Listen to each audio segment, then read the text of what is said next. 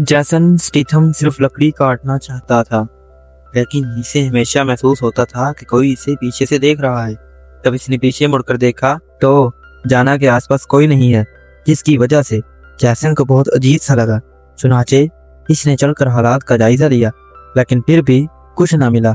उलझन में वो आगे बढ़ना चाहता था, लेकिन पीछे से हमला किया गया।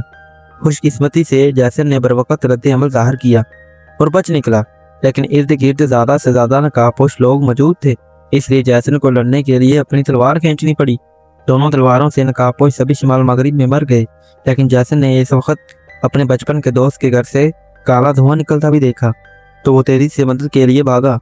जब वो पहुंचा तो इसने देखा कि ना सिर्फ इसके बचपन के दोस्त का घर जला दिया गया था, बल्कि वह खुद भी नकाबपोश लोगों ने घेरे में ले रखा था। जैसन ने तेजी से घुंघरान फेंका, एक नकाबपोश आदमी को कामयाबी से गिरा दिया, फिर मदद के लिए अपनी तलवार निकाली।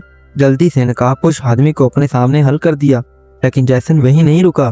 इसकी बजाय वो अपनी बीवी को ढूंढने गया जो बाहर थी, और दूसरे गांव वालों को बचाने के लिए। ताहम जैसन ने ये जान सके कि इन लोगों ने गांव पर हमला क्यों किया। गांव वाले सभी ईमानदार किसान थे, जिन्होंने कभी बाहर वालों को नहीं उकसाया।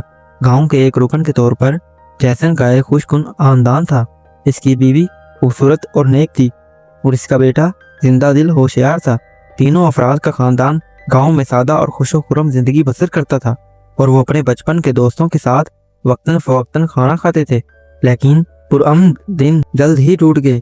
इस दिन इसकी बीवी अपने बेटे को रिश्तेदारों से मिलने के लिए अपने वालिदैन के घर ले गई, जबकि जैसन लकड़ियां काटने के लिए घर पर ही रहा। नतीजे के तौर पर इस पर नकाबपोश शख्स ने हमला किया, और इसका ही मंजर पेश आया। अपने बचपन के दोस्त को भेजने के बाद जैसन जल्दी से इसे गांव वालों की मदद के लिए ले गया, और देखा कि नकाबपोश शख्स ने पूरे गांव पर हमला कर दिया, और बहुत से मासूम देहाती नकाबपोश शख्स के छुरी के नीचे आकर अलमनाक तौर पर मर गए। जैसन और इसका बचपन का दोस्त इतना गुस्से में थे कि वो फौरन जंग में शामिल हो गए, और बहुत से नकाबपोश मर्दों को गोली मार दी। ताहम दुश्मनों की तादाद बढ़ रही थी। चाहे जैसन और इसके दोस्त कितने ही ताकतवर क्यों ना हो, इन्हें घसीट लिया जाएगा। जैसन जो होशियार था, पहले लीडर को पकड़ने का फैसला किया। वो नकाबपोशों के लीडर के पास पहुंचा और इसे आसानी से घोड़े से उतारा, और फिर जल्दी से खड़ा हो गया और दूसरी पार्टी को काट दिया। लीडर की गर्दन से अचानक काला धुआं निकला, और वो जमीन पर गिरकर अपने लंच बॉक्स के भुगो दिया। दूसरे नकाबपोश जल्दी में पीछे हट गए, और एक और लीडर भी घोड़े पर भागा। जैसन जो पकड़ नहीं सकता था, हार मानना पड़ा, और पहले अपनी बीवी और बेटे को ढूंढने का फैसला किया। जिसके नतीजे में जब वो अपनी सास के घर पहुंचा तो इसने अपनी सास और दीगर को कत्ल करते देखा, और अलमारी में छिपे इसके बेटे का भी पता चला। जैसन को इतना गुस्सा आया कि इसने रोते हुए नकाबपोश को अपने सामने मार दिया। फिर वो अपने बेटे को फरार होने में मदद करने लगा। वो इन लोगों से लड़ा जो इसे पकड़ना चाहते थे। इसके बेटे ने मौका गनीमत जानते हुए कमरे से बाहर भागा और अपनी माँ को तलाश करना चाहा, जो बाहर थी। नतीजे के तौर पर वो घोड़े की पीठ पर रहनुमा की तरफ से पाया गया, और आखिर में इसकी मुर्दा रुख बन गया। जब जैसन पहुंचा तो सिर्फ इसके बेटे की लाश रह गई थी। इसने अपने बेटे को अफसोस के साथ दफन किया, और फिर बदला लेने और अपनी बीवी को बचाने के लिए इन लोगों को तलाश करने का मंसूबा बनाया। इसके बचपन के दोस्त और इसकी बीवी के छोटे भाई ने भी साथ जाने का फैसला किया, लेकिन अभी वो जाने ही वाले थे कि बादशाह बड़ी तादाद में लोगों के साथ वहां पहुंचा और गांव वालों को तसल्ली देने का बहाना किया। जैसन ने फौरन गुस्से में बादशाह पर कार्रवाई ना करने पर तनकीद की, और बादशाह और इसके आदमी गुस्से में वहां से चले गए। इसके बाद बादशाह के अजीम जादूगर ने जैसन को तलाश किया और कहा कि नकाबपोश लोग एक गिरोह थे, एक पुरअसरार जंगल में जमा थे। अगर जैसन इनको खत्म करना चाहता तो इसके लिए अकेले ऐसा करना नामुमकिन होगा।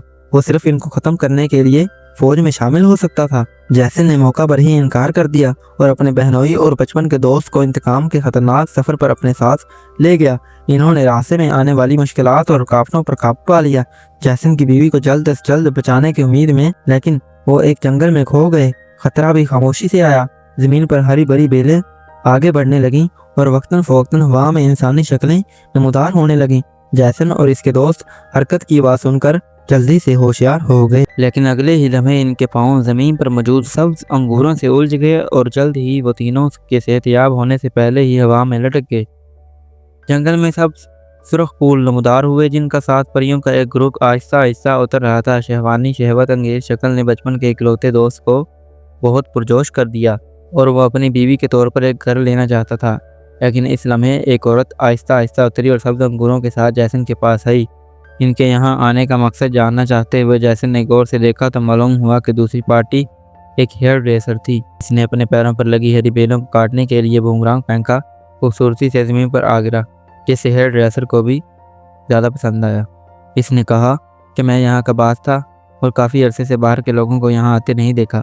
وہ جیسن اور اس کے دوستوں کو نرم چاول کھانے کے لیے یہاں رکھنا چاہتا تھا، لیکن اس نے روک دیا۔ وہ اپنی بیوی کو جلد از جلد چھڑانا چاہتا تھا، اس لیے اس نے ہیئر ڈریسر سے کہا کہ وہ انہیں جنگل میں لے جائے تاکہ وہ دوبارہ گم ہونے سے بچ سکے۔ جیسن کو اتنا محصور دیکھ کر ہیئر ڈریسر نے دل کھول کر اتفاق کیا۔ اس نے نہ صرف اپنے آدمیوں کو اور اپنے بہنوئی اور اپنے بچپن کے دوستوں کو چھوڑنے دیا بلکہ وہ ذاتی طور پر جیسن اور اس کے دوستوں کو بھی جنگل میں لے گیا۔ جب وہ جنگل سے باہر نکلنے پر پہنچے تو ہیئر ڈریسر فوری طور پر اپنے علاقے میں واپس چلا گیا، لیکن جیسن نے جلد ہی جیسن اور اس کے دوستوں کو معلوم ہوا کہ گھر غیر ملکی شہریوں کو لے جا رہے ہیں۔ جیسن نے سوچا کہ اس کی بیوی ضرور ان میں شامل ہے۔